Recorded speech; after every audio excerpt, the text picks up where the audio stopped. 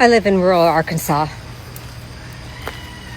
And if you don't understand why people in rural Arkansas or rural America vote Republican, it's because of fear and jealousy. Jealousy that somebody has it better than they do, that they work their asses off, and most of them do. More education, because the education here is at the bottom of the tier. Maternal mortality, low. Education, low. Quality of living, low. Infrastructure, super low. There's no industry. There's no hope for these young kids in rural Arkansas to have a job. We had a chance to vote Chris Jones, an actual rocket scientist like myself who was educated and had a plan to bring jobs and infrastructure to Arkansas. But the people I talked to who in rural Arkansas will not vote for him because of his color of his skin. And they weren't nice when they described the color of his skin. So they voted for a sycophant, Sarah Huckabee Sanders, who is treating this like her personal money bank. There is no infrastructure here. The roads are shit. You can drive 2 hours. So my closest grocery store, besides Walmart, is 2 hours away. So if I go that 2 hours to go to that grocery store, the roads I have to take are barely have enough room for two people to pass each other. There is no cell phone coverage for over an hour and a half of that ride. And there's no hope to get those roads fixed anytime soon because there's no money. I say that, but lo and behold, what did Sarah do as of July of 2025? She has loaned and bought $55 million worth of Israeli bonds. So she's loaned Israel $55 million with a catch to give them 100 more million by the end of the year. When her people are fucking starving, they have no medical care. Hell, most teenage girls here are living at home pregnant with their moms. And they're living at home with their moms and their boyfriends. Because that's how rural America lives. There's nothing for these kids to look forward to. So why would they ever vote Republican? Because that's what they're told to do. $150 million would go a long way to feed, get medical attention, and up so that our children here in Arkansas don't die in infancy and the mothers don't die in childbirth. And that is rural America. Fuck Sarah Huckabee Sanders. She is the worst governor okay, she's second. Our neighbor Texas, Abbott, is worse, but she's a close second. יש את הסנאט, יש את הקונגרס, יש את הכוח היהודי שהוא עצום, יותר חזק משהיה אי פעם. יש דעת קהל, יש לנו כוחות כבירים בדעת הקהל שמתנגדים למדיניות הזאת, גדולי הפרשנים. אמריקה לא תכפה עלינו דבר, אם לא נרצה דבר. The American Israel Public Affairs Committee, AIPAC. If you haven't heard about them, you've been on Mars for a while. AIPAC spends $2 to $3 million a year lobbying Congress on behalf of Israel and promoting Zionist causes. And it frequently writes legislation for Congress. AIPAC. The American Israel Education Foundation spends millions of dollars annually on paid trips to Israel for members of Congress. They're constantly taking members of Congress to Israel for the purpose of influencing them.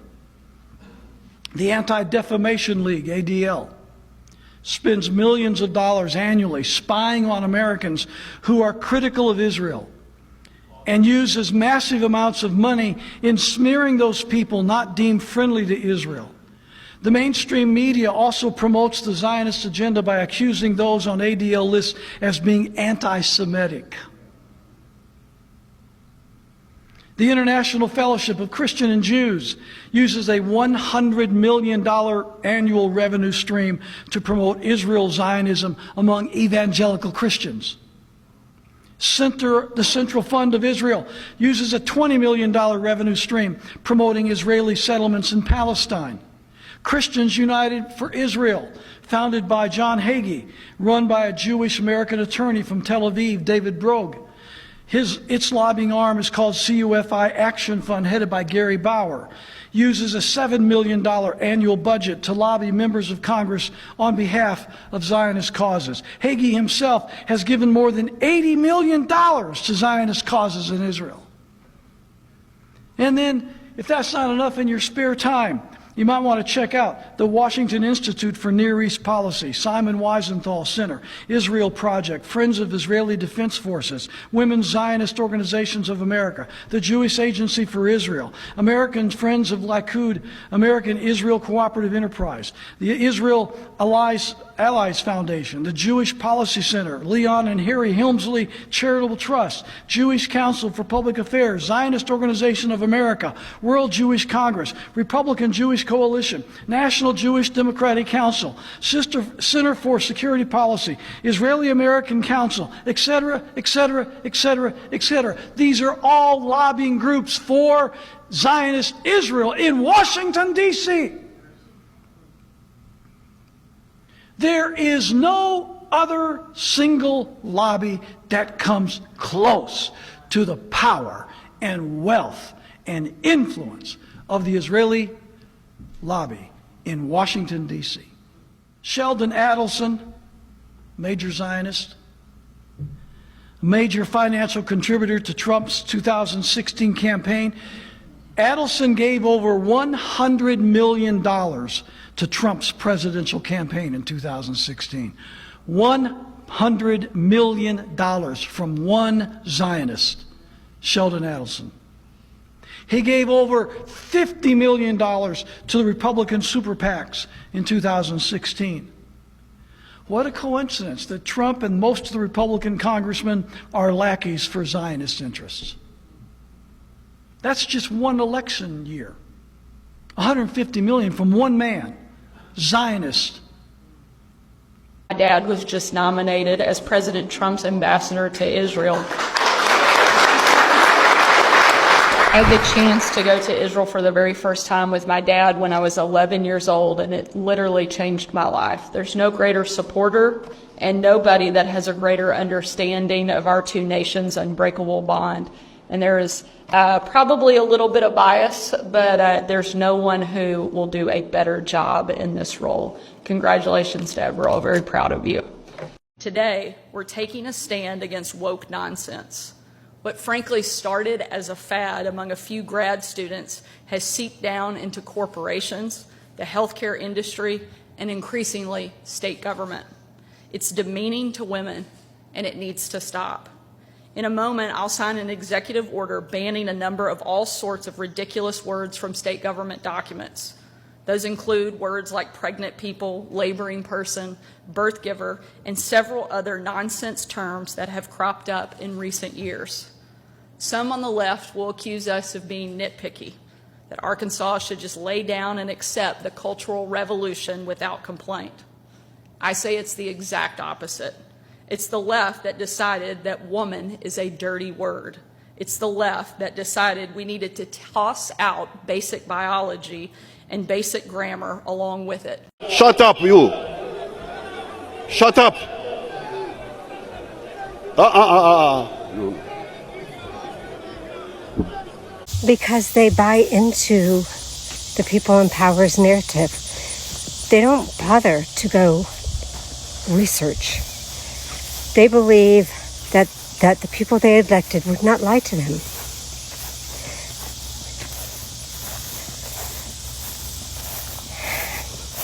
It's so complicated, right? I mean, they do. They vote against their own best interest. It's funny. Personally, I know of two very rural people who vote very conservative and have gay sons. Both of them have disowned their son and think that that's the Christian thing to do. So they vote not only against their own best interest, but the interest of their child. Their hate for the blue states is palpable. Real quick story. I was getting disheartened like this too. And then I tried to meet all my neighbors because I tried to be a good neighbor. And I met one of my neighbors. And she, hard to believe, is farther left than I am. And she's been living here 30 years. So there's hope. Then a couple months later, I met another neighbor who happens to be gay. And she's been here her entire life, never left, and she's in her late 70s. And she's such a liberal nowhere. You have to go down dirt road. Yeah, I live, nobody goes by my house, which is kind of nice. But she lives on a thoroughfare. And she had Kamala signs out there. And I stopped, I'm like, oh my God, I lefty. So they are out there. They're less likely to speak up because of how they will be treated and ostracized. It's funny, first time I went to my local feed store, I walked in and of course they take one look at me. I'm an animal rescue, I'm a vegan, and I'm tattooed up. And they're like, oh my God, look, it's a tattooed hippie. So I'm locally known as the tattooed lefty hippie, and it's like they think they're insulting me, but personally I think that is a fucking compliment. That's a great question. My husband and I moved here 4 years ago in September. We moved from Oregon. One, we're a nonprofit animal rescue, and we needed the land. Land in blue states is untouchable for the amount of land we required. Since we are an all-species rescue, we have 12 different species here. And in Oregon, we had to supplement everybody's food every day, and it was costing a fortune. Here, through most of spring, all of summer, and most of fall, we can feed the animals off the land. So we needed the land. We picked Arkansas. One, the land is very cheap here. And two, it's the #1 rich water state in the United States. So water is going to be an issue sooner rather than later. If you read the UN reports, and everybody's going to have a problem with it, but Arkansas will be okay for a lot longer than most of the states here. I don't have kids if I had kids that I was raising in Arkansas, I would never have moved here, ever. I don't. It's just myself and my husband, and you can't turn something blue unless you go there and try to understand and try to reach the people who are voting against their best interests. So I'm actually curious, what is it that you hate about liberals? Do you hate the fact that we have morals? We have compassion, we have empathy, that we don't judge people by the color of their skin, whom they love, their sexual identity, that we don't want men to control women, that we don't think that the party of small government should be in our doctor's offices, our schools, our homes, our government. So explain to me what exactly it is that you hate so much that you have to go out there on the whole internet to show people that you dislike everybody. I bet you hate the liberals that were veterans too, huh? Yeah, you only like the people that think, act, love, pray, look just like yourself. Just say it. I'd have much more respect for MAGA if they'd actually come out here and say, yes, I'm a misogynist. Yes, I'm racist. Yes, I'm xenophobic. Yes, I'm homophobic. Yes, I'm transphobic. I don't care about anybody but the whites. I would have a hell of a lot more respect for you than to just come out and say I hate liberals, because basically that's exactly what you're saying. No one is mutilating children. Do you mean mutilating or mutating? Because they're two different things. But nobody's doing either. The trans population here in the United States is 0.001% of the entire population.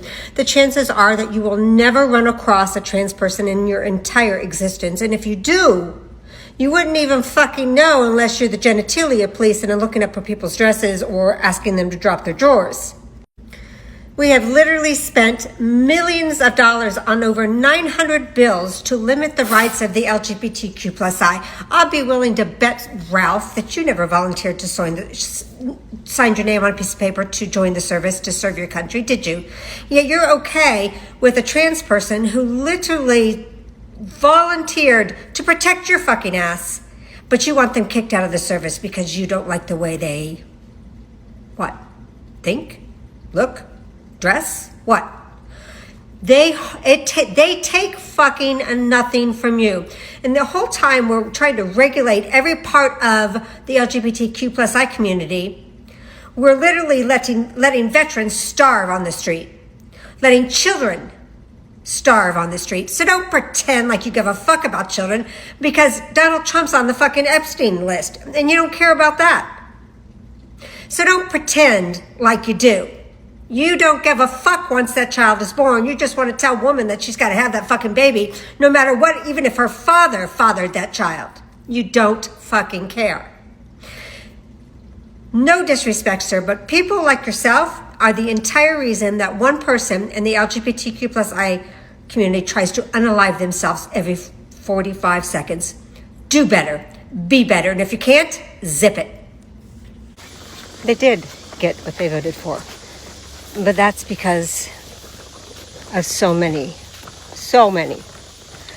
issues, like lack of education being the main one. So their willful ignorance is another one. The fact that they are racist. The fact that they want the people in the federal government to be fired because they don't like the fact that their money is paying for them. Yet they don't understand the jobs that these people do. It's a vicious cycle. And yet, unless we can change the hearts and their minds, then we all lose. And the fact that you can't see that is understandable because you can't see past your own hate for them. These people never have a chance. Most of them don't want a chance. Most of us normal people have children and we want more. We want our children to have better lives. These people like their lives. They don't understand that their lives could be better. And until they hit rock bottom, they're not going to change. And comments like this, the human condition has kind of three places they go: fight, flight, or just observe. These people aren't observers because that takes critical thinking. They're fighters. So they're going to come out swinging, and comments like this are going to push them even further away. So if we want to make changes, no disrespect intended, this comment is not helpful. Absolutely zero disrespect, ma'am. But do you think this comment is helpful? I understand your frustration. I'm on your side. I've never voted red in my entire fucking life. That said, comments like this push these people even further right. And it goes to show that we're just like them. I'm not saying rise high when they go low. I'm just saying sometimes the only way to change minds is to be factual. Give them facts. Help them see past their hatred, their jealousy, their fear, their racism, their misogyny. Help them see past that. Comments like this don't help. Again, zero disrespect. This is absolutely tragic. I am so sorry that this happened to you. I am 62 years old and I have never used that word and would never use that word. I am horrified I'm just horrified. I was born and raised in Florida and went into the military, came back to raise my kids. We got out way before all this shit's happened in Florida. But I had a very close black friend in a small town in Florida, very small town. And I still remember going shopping with her, and I remember walking into places, and I remember them saying that she can't go in unless she checks her bags, but they didn't say the same thing to me, and I was horrified, and she was going to do it, and I said, oh, hell no. And I said, well, if she has to check her bags, and I don't, we're leaving. And many times we left. One time I had a party at my house and had several black friends over. I had crosses burned on my yard the next morning. I had children. They had no idea what was going on. That's how deep the racism exists. And it's horrifying. It's horrifying, and you should never have had to go through that. And I am so sorry, but you did the right thing. You got out. You knew that your only choice and your only chance was through education. And unfortunately, even many of the educated people here hold that deep-seated racism. I don't know how we break it.